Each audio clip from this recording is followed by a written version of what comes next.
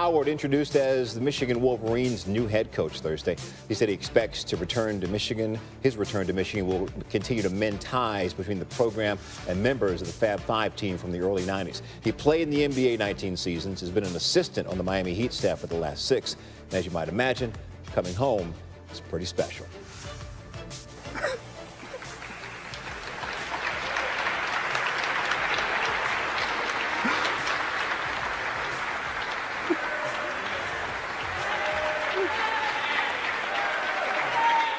I said I wasn't gonna cry. Last time I had a press conference in this building was 1994. I declared that I was gonna go to the NBA. Felt like I was letting down my teammates because I didn't do what I came here to do. And that was to bring a championship to this university. A university that I care so much about. I guess you can see that now, huh? You can't make that up, huh? No, man. Cry. Let it go. Just let it go. The human touch, man. That's awesome. You can't help but cheer for him. Absolutely. That is your half-hour headlines. What finals feel like. Whatever it takes to win. And we're down to the last two for the NBA title. Flow. Siakam has done it all tonight for Toronto. What a night for this young man. Pascal Siakam with a 32-point game in his first appearance in the NBA Finals. Who better to help us make sense of everything that happened last night than our NBA analyst, Tim Legler. Tim, thank you for hanging out with us. Thanks for having me in this morning. Yeah. Defense, man. Toronto. Yeah. We'll check it out and tell us exactly what you saw last night. Well, look, when you play the Golden State Warriors, if you're not willing to have body contact on the perimeter, you don't have a chance to play them. You're going to be reacting to them all night. I thought Toronto was very physical with them. I thought they did a great job committing to a game plan and executing it. And the one thing the Warriors do better than any team I've seen is they beat you up if you have lapses. And you didn't see that out of Toronto. They played physical. Marc Gasol was a guy I was worried about going into the series and his ability to play out on the perimeter and ball screen. But you see his activity. Nice hedge on Steph Curry, then gets the high hands and the deflection here once again. If you're back right there, Steph Curry's going to pull up, hit a three. Instead, he jams him up on the sideline, forces a jump ball. So I thought, for me, it was about the commitment to making sure you chase guys off the line and then you get out there and contest shots. You have to play the Warriors throughout the entire 24-second shot clock violation, 24-second possession, rather. It's exactly what Toronto did repeatedly throughout the game. I thought it was a great game plan that they came up with, but it doesn't matter if you don't execute it and stick with it because the Golden State Warriors are known to beat you late in the shot clock once you relax or let down or you think the play is over. Toronto had none of that, and Golden State's used to getting that out of you. They wear you down mentally with how they move the ball and how much they run. Toronto was committed to chase those guys all night long, hit them, touch them, and just a great effort. They outplayed the Golden State Warriors in literally every facet of the game. That number we just saw, I want to reiterate that for a second. The Warriors finished the game shooting 10 of 44, 22.7% on contested field goals, worst in the last 5 postseasons. That's crazy good defense. Great defense, and they did it throughout their entire roster as well. And I think Nick Nurse going in was a little bit concerned about what lineups he was going to have to play, adjustments to make, particularly with his bigs. No need to worry, at least through game one, because Marc Gasol showed that he was going to do what he needed to. He could get out there, slide his feet. He could bump Steph Curry. I looked at the way they played pick and roll last night. It was very similar to me to the way the Cleveland Cavaliers did it the year they beat Golden State in the NBA Finals.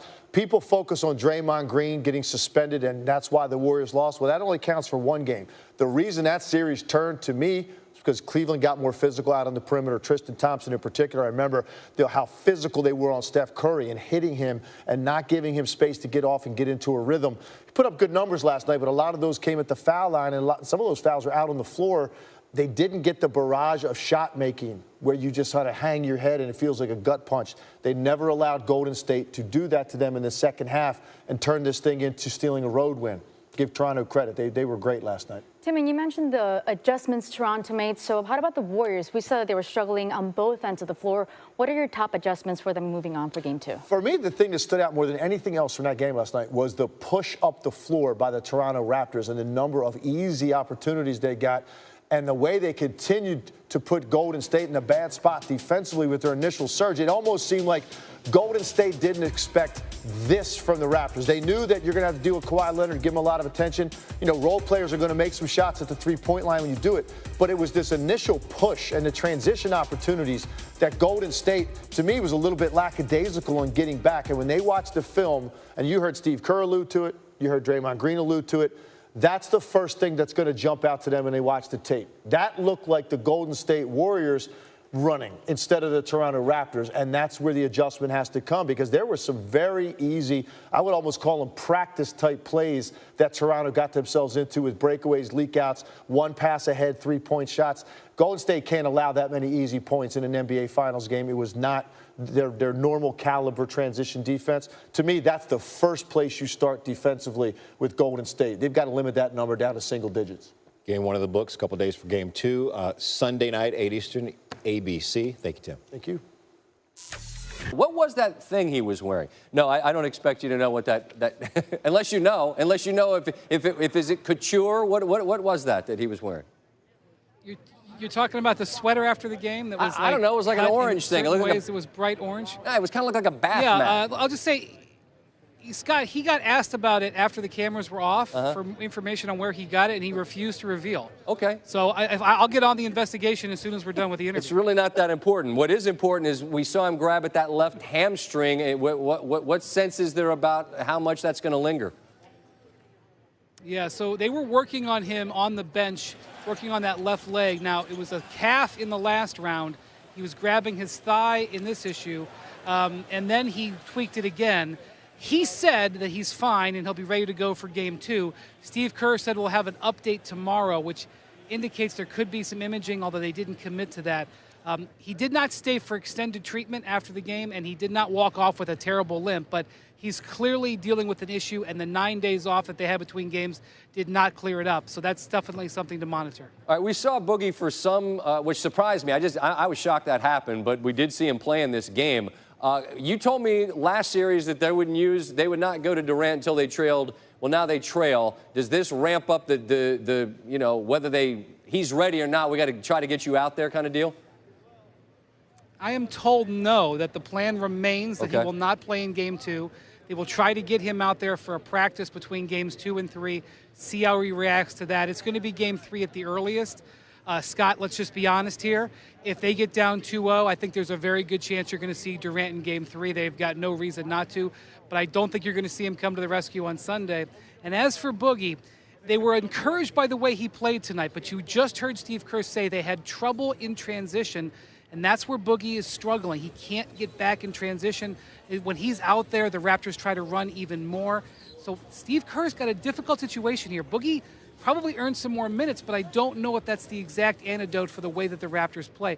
That's something to watch. I did talk to Boogie after the game. He was very he wasn't happy about the loss, but he was cool with his role. It wasn't causing any issue with him. He was happy to be out there. Steve Kerr used the term dare shots for Gasol. Like they were going to if Gasol and Siakam are going to go for 50-something, then they're going to deal with it. I mean, I guess they'll roll with that approach again? That's right. Now let's go back 2 weeks ago when they played the Blazers. Right. They were like, look, Damian Lillard is not going to win this series against us. We're going to take him out of it. So the same game plan was employed on Kawhi Leonard tonight. They forced the ball out of his hands. He only took 14 shots. They were thrilled with that. Obviously, Siakam had one of the best games we've seen for a rookie in finals history. Gasol had a great game. The Warriors are confident and collected, and they believe that game plan is going to work. They think they can clean up the transition. They'll be just fine. Brian, appreciate it. We'll talk again soon. Thank you. Thanks, Scott. Continues on the night of Game 1 of the NBA Finals. Kawhi Leonard only took 14 shots. He was clearly the focus of the Golden State attention, and understandably so. Nevertheless, he went for 23, 8, and 5. More importantly, a 1-0 lead over Golden State. We know that they're human. They're a great basketball team, talented players, high basketball IQ players. You just got to go out there and compete, take the challenge. We know they're going to make big shots, go on runs, and it's about just keeping your composure and keep fighting through. Don't put your head down when, players, Steph or Clay make big threes. Just keep playing. Rachel Nichols, host of The Jump, joins us live from Toronto. And composure's a word. I had written down poised earlier. We talked to Pascal Siakam. This kid's in his first game in the finals. I kid. It's not. He's a young man, and he played like a grown man tonight. And the word poised seems to apply to him and this team. There's very little celebrating. This is what they came to do. What was your sense as you were with the Raptors following this win? It was so striking, not just seeing it, but seeing it and what a contrast it was to past Raptors teams, and frankly, what a contrast it was to other teams that had played the Warriors during this playoff season. We saw Houston in that Game 6 especially start to panic a little bit as Steph Curry made that run that ended up sealing that series. We definitely saw in the series against Portland. Portland was up 15 points, 17 points in those games, and yet in the final 10 minutes, Scott, they're chucking up threes like they're the ones behind, panicking under the weight of what they know the Warriors' flurry can do. This Raptors team, even when Golden State got within 3-2 in the fourth quarter, didn't panic, and that's so different from what we've seen from Toronto in the past. Think about how they fell apart during Eastern Conference Finals or against LeBron. I talked to Masai Ujiri about this after the game, and he said, look, we did change out a lot of personnel, and he talked about Siakam, and he talked about Kawhi, and he talked about Marc Gasol and sort of the control that he has. And then he said a guy like Kyle Lowry, because it's not all on him anymore, he doesn't panic anymore either. And you could see it tonight. This is why Masai put himself on the ledge for all those changes. They paid off in this kind of game. Rachel, there's a term I used to use back in the radio days, particularly when I talked to college coaches, about the value of the venue. And tonight, it seemed like the Raptors were able to tap into something. I mean, you're shaking your head. What was that? Paint the picture for me. What's that scene like? Yeah, absolutely. You could kind of feel it building, I wouldn't say all day, but really all week. We had Tracy McGrady with us on The Jump, and he could not go 4 feet in the city without someone stopping him to tell him how excited they were and how he had started what was being built up till now. You got in the building. People were lining up, Scott, to be in Jurassic Park 7 hours before it even opened. And then once we were in the arena on the floor tonight, when that national anthem rang out, and it is the first time that an NBA Finals has ever been held outside the United States, the pride in this building was so strong. And you could see the players impacted by it. You know, a lot of arenas now have the fans with the little lights and everything, but it was pretty cool to look around and see that tonight, because you'd see each individual person and how much it meant to them and how much that all sank onto the floor as they started this game. Yeah, that's well said. And just, I mean, watching from afar, you could sense it. But, I mean, look, this team, I can't figure out if they're giving the crowd that or if the crowd's giving them. It feels like they take turns giving each other whatever they need. This Raptors team is just totally different from what they felt like in years past. And obviously that's the sense that you got from being around them. Yeah, absolutely. I mean, you know, they have a very Canadian sense about them, right? That they have calmness. They're a bunch of nice guys. It's a team that this country can be proud of. And it's really all of their history wrapped up in this moment. I mentioned Tracy McGrady. I was in Jurassic Park earlier, and I saw someone wearing a throwback Vancouver Grizzlies big country jersey, Scott. So it's all here. All 25 years has come and meant to this moment, and I think both the team and its fans know how special it is. Well, they got 3 more to go, but it's a hell of a start. Rachel, appreciate the time. Thank you. Thank you. Pascal Siakam earlier, he stopped by and sat down with us after a spectacular performance. You see, Marc Gasol's plus-minus for the postseason. Speaking of spectacular, it's pretty tidy. Thought it was interesting. Steve Kerr said they gave him some dare shots. In other words, yeah, go ahead and shoot it, big man. And he did. Hitting from 3, hitting down low. 14 in the first half, most in any half in the postseason. There it is right there. Go ahead and shoot it, big boy. All right, well then, how about in your eye hole? And then this is where, when I was watching the game with Tim Legler, we were both just really impressed with the physicality of the defense and his role in it. Jumping out there to challenge Steph in the pick and roll. And they've got so much length between Siakam, Leonard, obviously Gasol. Again, challenge, be physical.